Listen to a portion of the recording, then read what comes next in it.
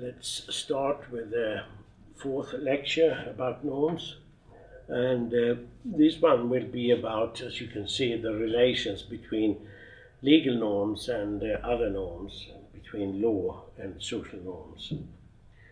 And I will start with this simple slide to show you the idea that you have norms operating between law and society, so to say. Norms can be seen as a kind of filter between law and society, to put it that way. You can put it in many ways. But to start with this filter idea, you can see that this filter might distort the normative content of law and make a deviation when it comes to application in society. This is, of course, an important aspect of norms. I would even go so far that I say that law is never stronger than the underlying norms here, and law is dependent on norms. This doesn't exclude the possibility of using law for influencing norms. That's many times the typical situation when you introduce a piece of legislation, that you try to change norms and behaviors in society. But still, I mean, norms and law has to be in congruence. They have to follow the same pattern, otherwise they won't work. Of course, you can, as you do in many societies, via repressive means, try to force people to follow the law, but that costs, and it also many times gives rise to repression. But I might come back to that. This is what I just said, that law is many times used in order to influence and change the social norms, which require either repression, as I mentioned, but also stimuli. You can, via the carrot, so to say, try to change people's behavior. This slide is just to point out that law, in its turn, has its background in representative democracy in politics. Law, the politicians, they take decisions and introduce a piece of legislation. This is, I mean, a very important principle is that as soon as the politicians has taken the decision, they have to, let's say, refrain from the law. The law is then, after that, in the hands of the legal profession. Politics in many countries in the world is replaced by religion, for instance. In many religious legal systems, or in religious legal systems, then religion is the last instance, so to say.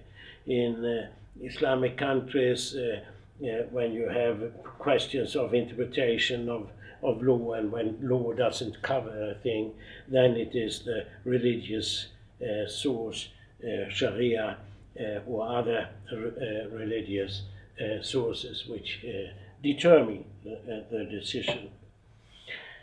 Here is a slide showing that you have different, let's say, relations between legal rules and norms, and I will take them one by one, so to say, and start with the one to the left here, which says that it points out that law is enforced from above. It's implemented, it's decided from above, while norms are growing from below, and that is an important, let's say, difference between legal norms and social norms, which of course might create the tension, might create the risk of distortion when law hits the norms. We can also see that norms are broader than legal rules. There are much more norms operating in society than legal rules. It's only a small part of norms which can be regarded as legal norms. At the same time, we can point out that norms, or let's say law, is nothing else but norms which has been upgraded to the legal system. So the bulk or the content of law is from the social and other norms in society. Law, you can ask yourself an important question is, of course, in this perspective, what norms, which norms are becoming legal norms?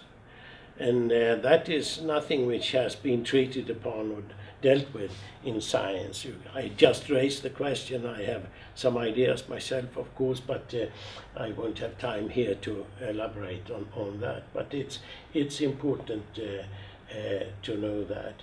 And one thing you can say is by these norms here, social and other norms, they are quite unknown for us, while the legal norms, they are packed in a legal textbook. They are elaborated by by law schools, by a legal profession, etc. So they are very well, let's say, taken care of and articulated, while these are more unknown, at least the social norms. This is a slide which just gives some examples of legal areas. I mean, criminal law is well known for all of us. What is criminal law about? It's about crimes, okay. People think many times that law tells us how to act in different situations. But the point is that law tells us how you shouldn't act. You shall not. That's the Christian religious heritage in criminal law for us, and also in other cultures. Whatever you do here, law doesn't care. Law doesn't tell you, but it tells you not to go outside these lines. So this is a kind of criminal law, could be said in that perspective, to define the social society or the society. This kind of legislation ought to be very precise, because you can't be wishy-washy here or loose in the contours when it comes to criminal aspects. You have to be very clear, this is acceptable, this is not acceptable. If this is not clear, if you don't have a legality, you won't have a legitimacy in society. But law also give us some, let's say, instruments for cooperation. In a civil society perspective, you have the family, you have non-profit organizations. Family is in our time quite, let's say, if not rudimentary, it's quite a small package compared to earlier times in Swedish history, where family law regulated the relation between the spouses and so on, and that is something which takes place also in especially in religious legal systems. here you have rules that women can't do that and that, and if they do, they can be punished, which I mean is totally out of question in our situation. That doesn't mean that everything is okay even in our system, but the legal regulation gives us shows us that changes has taken place in normative issues. Non-profit organizations, it's not only NGOs as such. I mean, here you have also trade unions as important parts. Trade unions were not allowed somewhat more than 100 years ago in Sweden. It's not allowed in many countries today in large parts of the world. And of course, trade unions and regulation of the labor market belongs to the industrial society. Still more important in that perspective is these civil law, private law instruments, property rights, security rights, agreements or contracts, and concepts like juridical persons. These concepts and these parts of the legal systems, they are necessary to provide or contribute to a market economy.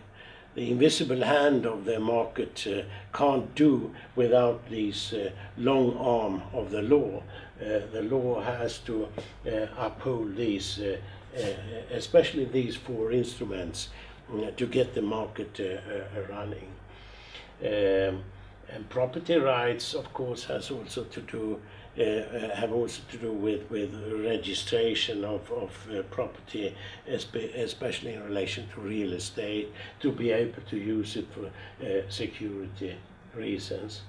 Juridical persons is something which is about 100 years old, which was made it possible to turn over the civil law systems from the Roman law to the modern society, because a juridical person is a company and they are equal to a physical person like me.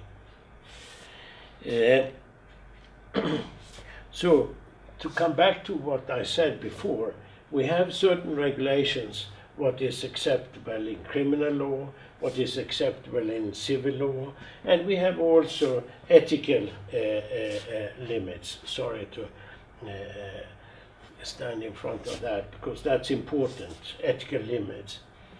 The ethical limits might not be an inner circle. Sometimes, perhaps in some systems, there might be ethical aspect which is outside.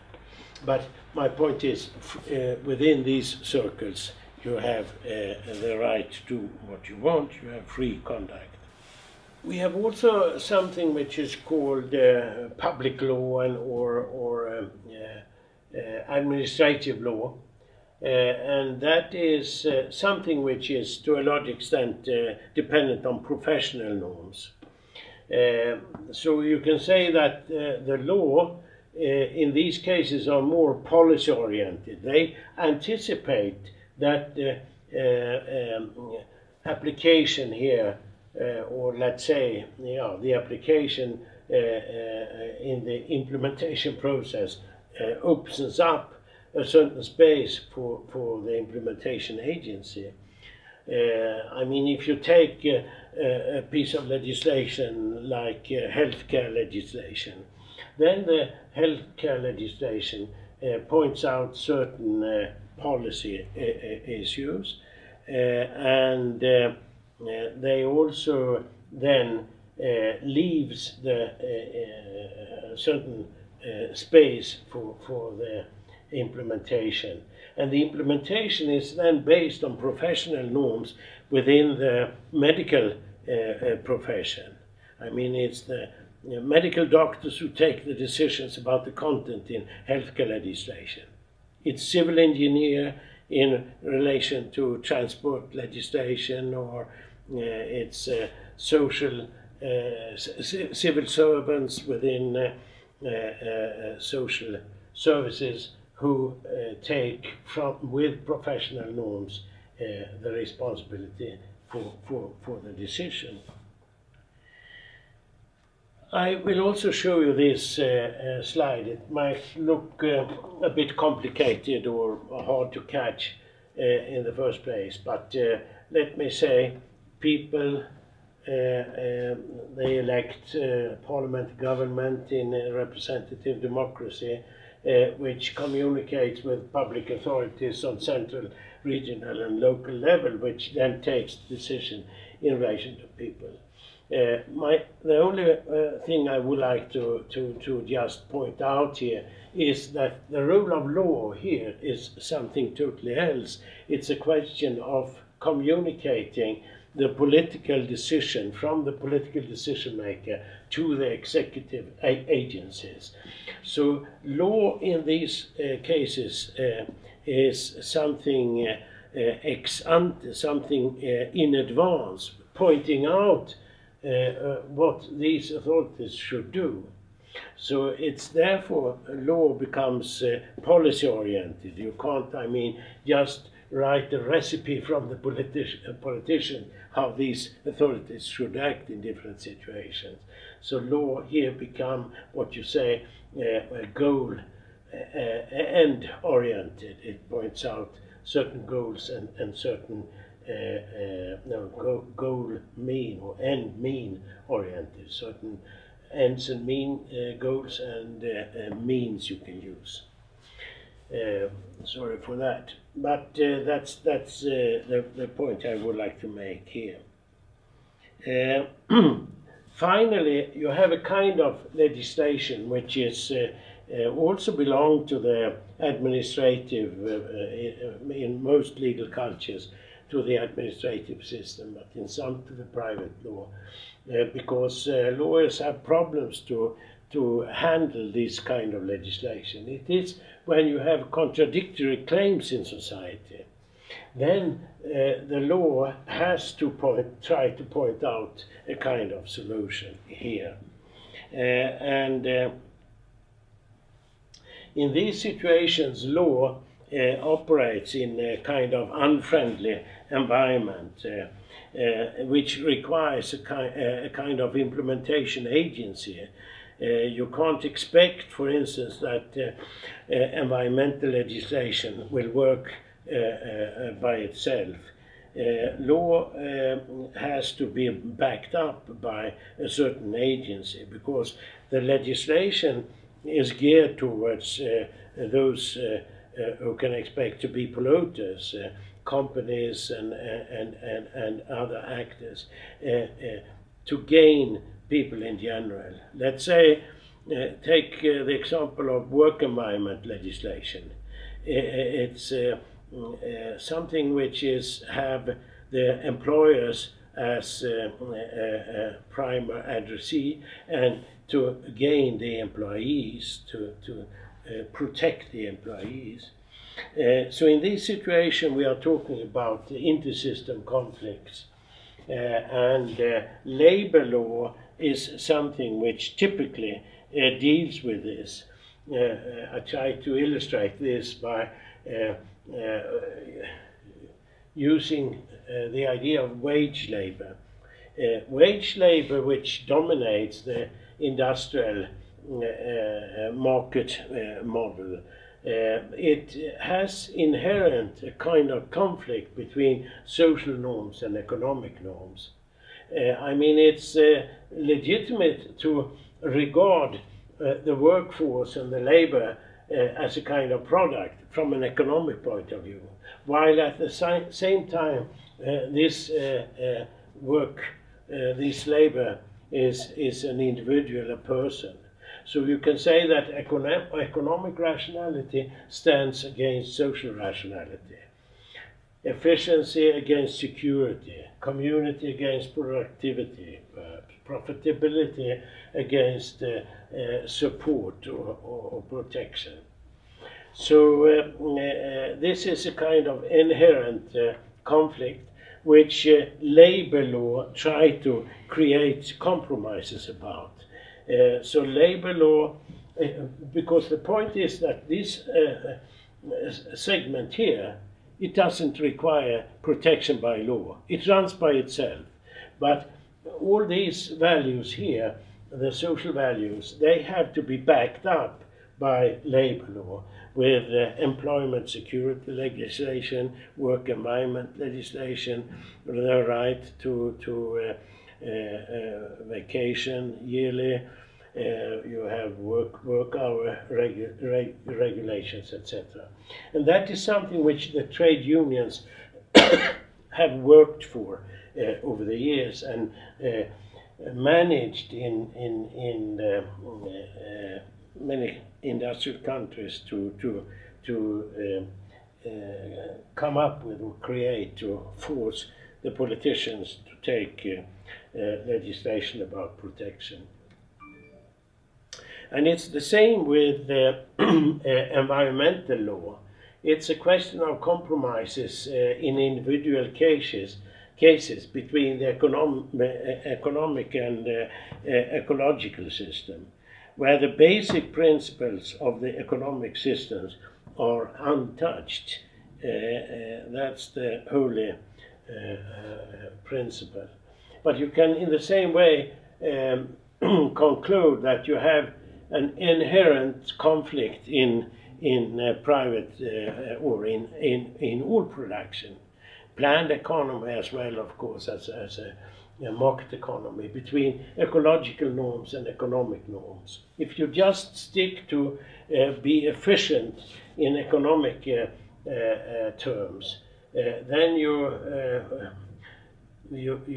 put emphasis on resources, economic rationality, productivity, profitability, etc. And these values, they are, let's say, stands against nature or ecological norms, ecological sustainability, reproduction, renewable, biotop, etc.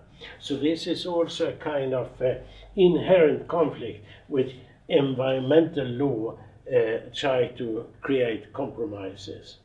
Here you don't have trade unions or specific actors representing the environmental or the ecological interest. It's you have to create public authorities to do that. Finally, I can just point out that this inherent conflicts you have also in consumer law and in legislation about gender equality. You have to create compromises between economic and social system, and here you can say that the principles for the labor law system is untouched. That's something we have research on. And even in consumer law, you have a certain, let's say, limitations for the law to intervene in. But this is a specific part of the legal system which is not following ordinary legal, let's say, principles. So let me conclude with this, and thank you so far.